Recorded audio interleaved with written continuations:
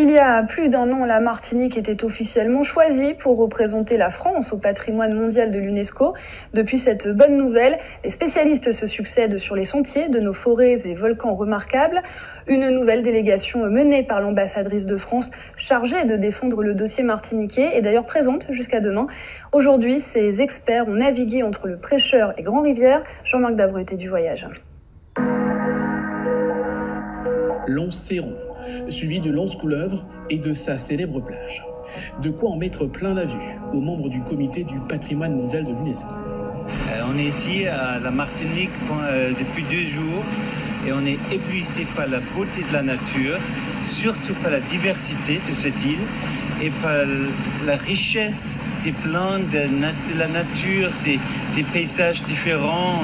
Partis de Saint-Pierre, les ambassadeurs découvrent les trésors du littoral côté Caraïbes, comme l'île et la Perle, joyau de la réserve marine Albert Falco.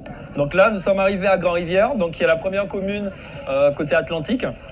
Nous sommes partis effectivement de Saint-Pierre, nous avons passé le Prêcheur, qui est la dernière commune côté Caraïbes. Et donc effectivement, il n'y a aucune route entre Prêcheur et Grand-Rivière, il n'y a qu'un sentier de randonnée. Voilà, à peu près 6 heures de marche, en fonction du niveau effectivement des randonneurs. Et donc là, vous êtes toujours sur le bien UNESCO. Donc le but maintenant pour nous, ce sera sur le retour, voilà, de pouvoir décrire le paysage, faire une lecture du paysage. Cela suffira-t-il pour inscrire un bout de la Martinique comme l'une des merveilles du monde? The beautiful thing about voting is it's supposed to be secret. Il faudra donc encore attendre. La prochaine étape, c'est l'avis du Conseil consultatif de l'UNESCO. La représentante française est consciente. Demain, nous marcherons sur la montagne Pelée. Donc, je crois que les organisateurs et les porteurs du projet ont fait des choses de manière parfaite, c'est-à-dire qu'ils nous font visiter tous les aspects, le bien sous tous ses angles. Avec les lagons de Nouvelle-Calédonie, les pitons, cirques et remparts de l'île de la Réunion et les marais de Tapu-Tapu à Théa en Polynésie, les volcans et forêts de la montagne Pelée et des pitons du nord de la Martinique serait le 3e site ultramarin et le 50e site français, inscrit sur la liste du patrimoine mondial de l'UNESCO. Et pour aller plus loin, nous accueillons sur ce plateau ce soir celle qui a la délicate mission de représenter et de faire gagner la Martinique, l'ambassadrice de France à l'UNESCO. Véronique Roger-Lacan, bonsoir. Bonsoir. Merci d'avoir accepté notre invitation. Vous êtes donc mandatée par l'UNESCO pour défendre ce dossier martiniquais. Qu'on comprenne bien en quoi consiste exactement votre rôle. Alors, ambassadrice de France à l'UNESCO, ça signifie représenter la France à l'UNESCO, comme mes 192 autres collègues représentent leur pays à l'UNESCO, qui inclut 193 États membres. Alors depuis l'annonce officielle selon laquelle la Martinique allait représenter la France donc auprès du comité du patrimoine mondial, différents experts se sont déjà rendus sur notre île pour étudier justement sa candidature. Est-ce que votre présence aujourd'hui signifie que nous sommes dans la dernière ligne droite? Tout à fait. Vous savez que la préparation d'un dossier, la décision de présenter une telle candidature prend à peu près 10 ans. Il y a 10 ans, la Martinique a décidé de préparer cette candidature, a hésité sur les termes de la candidature, le contenu. Et finalement, au bout de 10 ans, la France a décidé que le dossier était prêt et était prêt à gagner, à être inscrit au patrimoine mondial. Qu'est-ce qui manquait peut-être jusque-là ? Il ne manquait pas grand-chose. Il manquait de faire passer peut-être d'autres candidatures antérieures, comme le phare de Cordouan que nous avons inscrit en 2020, ou alors la ville de Nice que nous avions inscrit en 2021.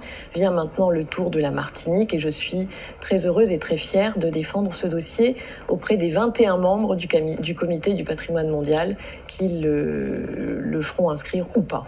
Alors hier, vous étiez en domaine d'Émeraude, au Morne Rouge. Aujourd'hui, entre le Prêcheur et Grand-Rivière. Demain, l'apogée de votre voyage, littéralement parlant, ce sera le sommet de la montagne Pelée. Qu'est-ce que vous appréciez? Quels sont les critères que vous retenez justement au fil de ces visites? Et surtout, sur quoi allez-vous vous appuyer pour essayer de faire gagner la Martinique? Alors, l'inscription au patrimoine mondial, c'est une conformité aux critères de valeur universelle exceptionnelle de la Convention de 1972 sur le patrimoine mondial, culturel et naturel. La Martinique présente le dossier des volcans et forêts de la montagne Pelée et des pitons du Nord de la Martinique sur ses aspects géologie et sur ses aspects biodiversité. Ce sont les deux critères qui sont des critères très importants pour l'UNESCO, qui est l'Organisation des Nations Unies pour l'éducation, la science et la culture.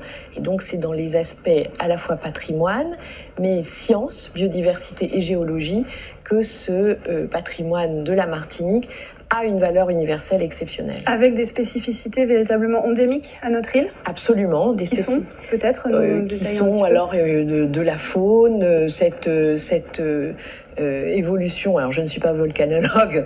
Vous avez de grands spécialistes, de grands experts dans l'équipe.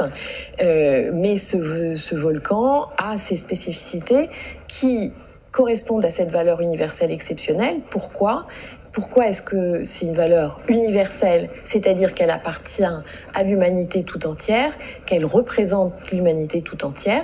Ce ne sera plus un bien martiniquais, ce sera un bien qui appartiendra au monde entier. Et voilà comment la géologie, les caractéristiques principales du volcan, des volcans, les caractéristiques endémiques des plantes endémiques et faune endémique deviennent, à partir de ce moment-là, non seulement martiniquaise, non seulement française, mais universelle. Vous avez senti les autres ambassadeurs du comité qui vous accompagnent sensibles à ce qu'ils ont vu depuis hier ? Absolument. Vous êtes dans le reportage, vous le montrez. Ils ont été absolument, totalement séduits. Et ce qui est très important, parce que ce sont 21 membres du comité du patrimoine mondial qui sont élus tous les 2 ans par les 193 autres, qui siègent et qui examinent toutes les candidatures.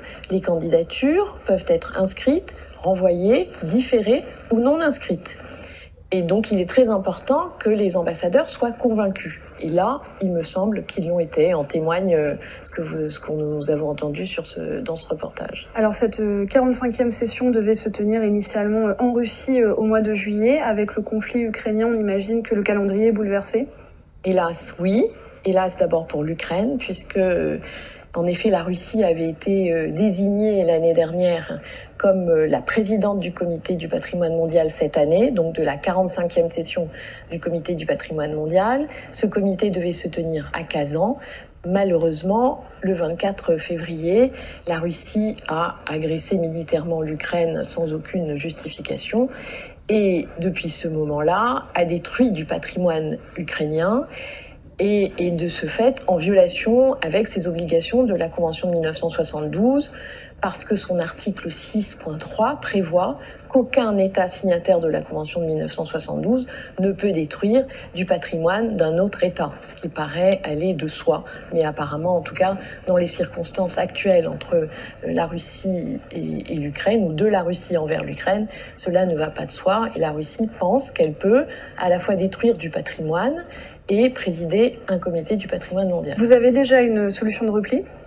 Nous avons la première étape de la solution de repli est que nous avons reporté cette session qui devait se tenir du 19 au 30 juin, le temps de négocier avec d'autres membres du comité pour qu'ils puissent héberger cette session. Nous avons bon espoir que cela se fera, et en tout cas pour la France, nous y mettrons absolument toutes nos forces parce que nous comptons bien inscrire cette candidature de la Martinique cette année. Quand peut-on espérer avoir les résultats et donc savoir si la Martinique rentrera bien au patrimoine mondial ? Nous ferons ça, il faut que la décision soit prise avant juillet, parce qu'il y a des délais à respecter et que c'est une très grosse manifestation qui réunit de 3 000 à 6 000 personnes.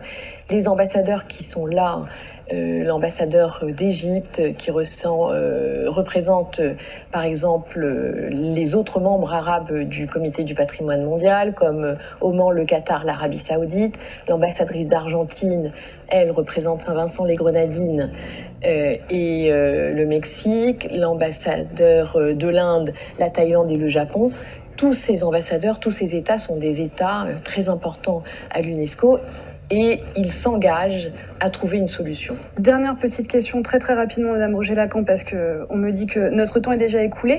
Les retombées qu'un territoire comme la Martinique peut espérer justement en gagnant cette inscription au patrimoine mondial de l'UNESCO assez rapidement? Ce sont des retombées de renommée, des retombées socio-économiques, parce qu'il y a des obligations de travail, d'engagement de toute la société martiniquaise dans ce genre de candidature, et une reconnaissance internationale.